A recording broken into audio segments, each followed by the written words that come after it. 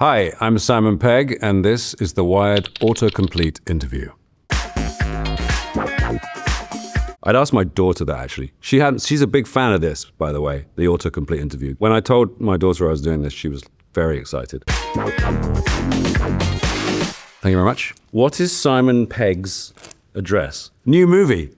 It's Mission Impossible: The Final Reckoning, the 8th installment in the Mission Impossible series, and my 6th movie after 20 years of chasing around after Tom Cruise. And what a movie it is. I thoroughly recommend seeing it theatrically because it's huge, gigantic. When is Simon Pegg in Mission Impossible? All the time. I mean, really, since 2005, when I joined for Mission Impossible 3 as Benji Dunn, who at the time was a sort of laboratory kind of guy. He was just in the labs at the IMF, analyzing hard drives and stuff. And then he decided to enroll in the field agent program between 3 and Ghost Protocol. I always say it's because he had such a fun time like guiding Ethan through Shanghai, and he kind of got off on the rule breaking a little bit. And he thought, right, I'm going to be an agent. And then ever since then, I've been a secret agent. No more so than in the new film, which, you know, you see Benji get to a point we've never seen him before. And that was extremely fun to play. A crazy evolution from, I was pretty tubby in Mission Impossible 3 through to being what Benji becomes in The Final Reckoning. That's taken 20 years, and it's worth the wait. What's the evolution of filmmaking like? Mission Impossible has 2 lives. It has the life where it was done by different directors. You had Brian De Palma, John Woo, J.J. Abrams, and Brad Bird. And then Christopher McQuarrie came in as a writer on Ghost Protocol, and then thereafter directed the next 4 films. We were still using magazines of film on Rogue Nation before we switched to digital. The digital switch meant that the camera could be so much more agile. You know, we could have more complicated rigs that didn't have to carry great canisters of film, do stuff that we hadn't been able to do before. Not least when Tom jumped off the cliff on the motorbike, we had like cameras on the bike, so that as it cartwheeled away, it caught Tom falling behind it. And then we had to go down into this valley to retrieve the bike and the cameras on the off chance that they didn't kind of get broken. And we got some good footage from that. Where was Simon Pegg when the lights went out? On Top Gear. When was Simon Pegg? I beg your pardon. I was on Top Gear, I think I did it like in the early 2000s. Oh no, I did it for Hot Fuzz. And then I think me and Nick did it maybe for The World's End. I'd had a blast doing the laps. I broke the gearbox on 2 cars. And that's why I'm banned from driving. Is Simon Pegg good friends with Tom Cruise? No. Hate the guy. Yeah, we've worked together for 20 years. And it's been a real pleasure to sort of, I guess, see behind the myth. You know, Tom Cruise is a mythic figure, and he's very smart in the way that he kind of curates that, because it maintains a degree of mystery about him. And in that regard, he feels like a movie star in the old-fashioned sense, you know, back before social media, back before the kind of celebrity journalism you have these days, when you only ever saw these people at awards ceremonies, you know. It's been a pleasure to kind of see behind the curtain, as it were, and see a kind of quite a normal person, would you believe, with just an extraordinary commitment to his craft, just 100% of the time. That's why he's where he is. It's not a mystery. It's not a kind of, you know, there's no kind of secret code to how you become Tom Cruise. You just do it the way he's done it. And I couldn't do that. I couldn't dedicate that amount of passion to one thing. And he does it, and it's extraordinary. I got to walk my dogs and stuff. Well done, Tom. Okay, here we go. Does Simon Pegg live in America? No, Simon Pegg does not live in America. Simon Pegg I was just talking to myself in the third person. I live in the United Kingdom, just north of London, and I'm happy there. My whole family lived there. I've come over to the States and, you know, rented a place for a while. My kid was born here, Tilly. She is an American citizen. She has an American passport. But movies are made all over the world now, and you can kind of be anywhere to make movies. You don't have to live in Hollywood to make Hollywood movies. And I'm happy at home because, you know, I've got all my nice stuff next to me. As much as I delight in coming to America, I live in the UK. Can Simon Pegg actually draw? Yeah, I can draw, not as well as the characters I've played. The artists who did my work, Jim Murray and Jason Brahill, mainly did my artwork in space, and Paul. They're fantastic artists and have drawn comic books and video game designs and way better than me. I can doodle. I'm a much better drawer than my wife, who draws. I mean, it's incredible. When you see her, actually, you could probably hang her artwork in galleries. It's that weird. She draws a cow, it looks like a puddle. It's very strange. But, you know, I love her. And partly for that. What is Simon Pegg like in real life? Boring. I don't know. I mean, I'm just a kind of regular guy, you know. I enjoy normal things. I watch a lot of TV and movies. Yeah. I try and keep things very normal in my private life because things can be so extraordinary in my professional life, not least, you know, being in Mission Impossible. It's nice to get back to just regular things, water in the garden, walking the dogs, just, you know, having a cup of tea, watching a bit of TV. I'd like to think that I'm nice. I mean, if you've ever met me and I've been grumpy, it might be that I was just having an off day. I hope not. I always try and be pleasant with people because I know what it's like when you see someone and you think, oh, I know them. It takes a lot of guts to go up and say hello. So you try and accommodate that as much as you can. But if I've ever gone, no, I don't want my picture taken with you, it's because I'm having a bad day. Come see me on a different day. I might be nicer. Simon Pegg, Beatles. This might be my Beatles impression. I do a couple of, Paul is sort of like this, you know, talks like that, you know. And Paul came to the premiere of, the New York premiere of Mission the other night. And I was walking down the stairs and I heard, hey, Simon.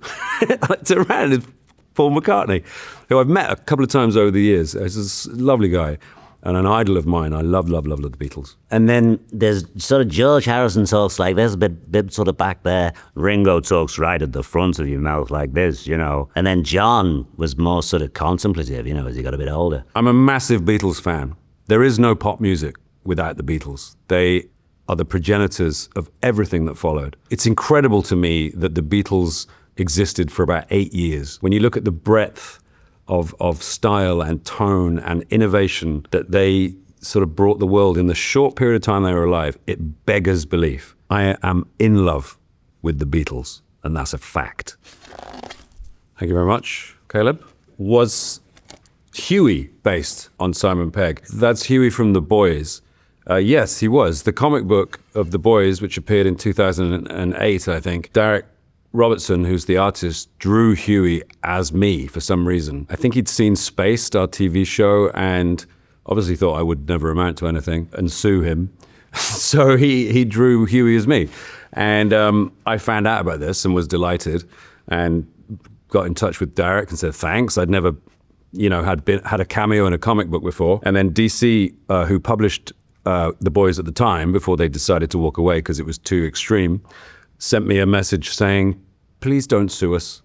And it didn't even cross my mind. I was like, oh, that's really cool. When they came to make the TV show of The Boys, and Jack Quaid, one of my favorite human beings on earth and my television son now, got the role of Huey, Eric Kripke, the producer, asked me to come and play Huey's father, which is why I am in The Boys, and delighted to be so. It's an incredible show. For me, the definitive Huey is Jack. Where did Simon Pegg and Nick Frost meet? We met on a balcony in Cricklewood, North London in 1994. He was a waiter at a restaurant that my girlfriend worked at. She said, there's a guy at work that I think you might like. And I did. And we ditched her and we ran away together. And then I started to write Nick into things that I was making because I just wanted to hang out with him more. And Nick hadn't any plans to become an actor, but obviously took to it like a duck to water. So that is where that relationship was born. And he was very on that night. I remember I could feel that he was trying to impress me. He was doing a lot of his bits. The thing that impressed me the most was that when I left the party, he was asleep next to a gigantic speaker holding a can of Red Stripe. And I thought, this kid's got something. Does Simon Pegg like Invincible? Yeah. I mean, back in the day when I don't read comics so much anymore, but I remember when we made Paul, we put my character Graham in an Invincible t-shirt because I think I was reading it around about that time. Robert Kirkman, of course, same author as The Walking Dead. We wanted Graham and Clive to be very sort of up on what was cool. Obviously, this is way before it became a TV show. We're pretty much bleeding edge, me and Frost. But like I say, I don't read comics so much anymore. I'm old. I'm 55. How to meet Simon Pegg? I don't know. I've started doing a few conventions here and there because they're really fun. I don't know, what's a nicer thing than to spend a weekend getting loved? So if you come to a convention and I'm there, we can meet and we'll have a little chat. I'll probably charge you an exorbitant amount of money for a signature. That's not my decision. That's part of the thing. If I do it for free, catch me outside. On the way out, just come up and we'll do it for free. What is Simon Pegg's best movie? That's not for me to answer. I mean, I think a lot of people would probably say Shaun of the Dead in the same way that a lot of people say Star Wars is their favorite Star Wars movie because it was like the first one. And that was my first time leading a movie. Different people say different things. Some people say Hot Fuzz. Some people say The World's End. Some people say Paul. Some people will say Star Trek. And it's hard for me to say because it's such a subjective thing, you know, whether you like films or not. I have films that some people love and some people hate the same film. What is the Simon Pegg trilogy? Well, I mean, there's been a few. The Cornetto Trilogy, which is Shaun of the Dead, Hot Fuzz, and The World's End, which I made with Edgar Wright.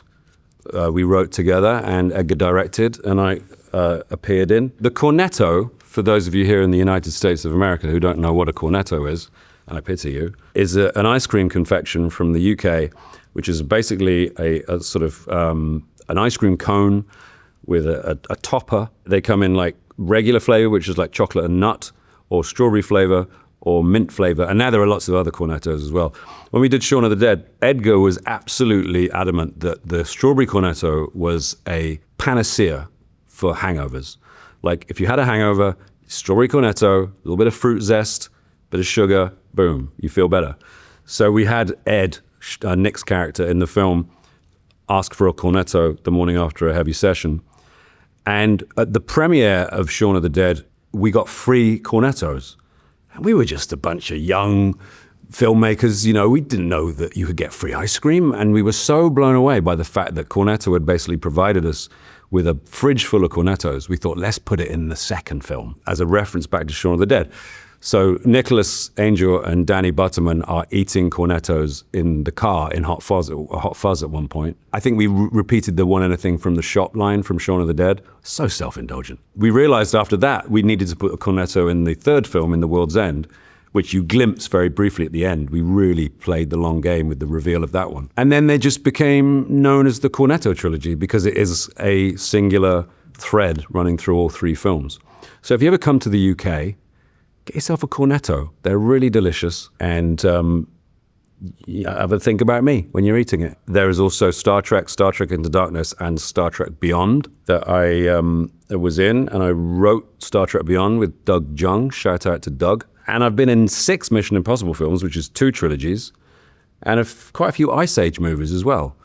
So they're not trilogies. So I've answered my own question. What movie, Simon Pegg, Things Come True? Oh, that's Absolutely Anything, which is a movie I made with Terry Jones, who directed The Life of Brian, one of the greatest comedy movies of all time.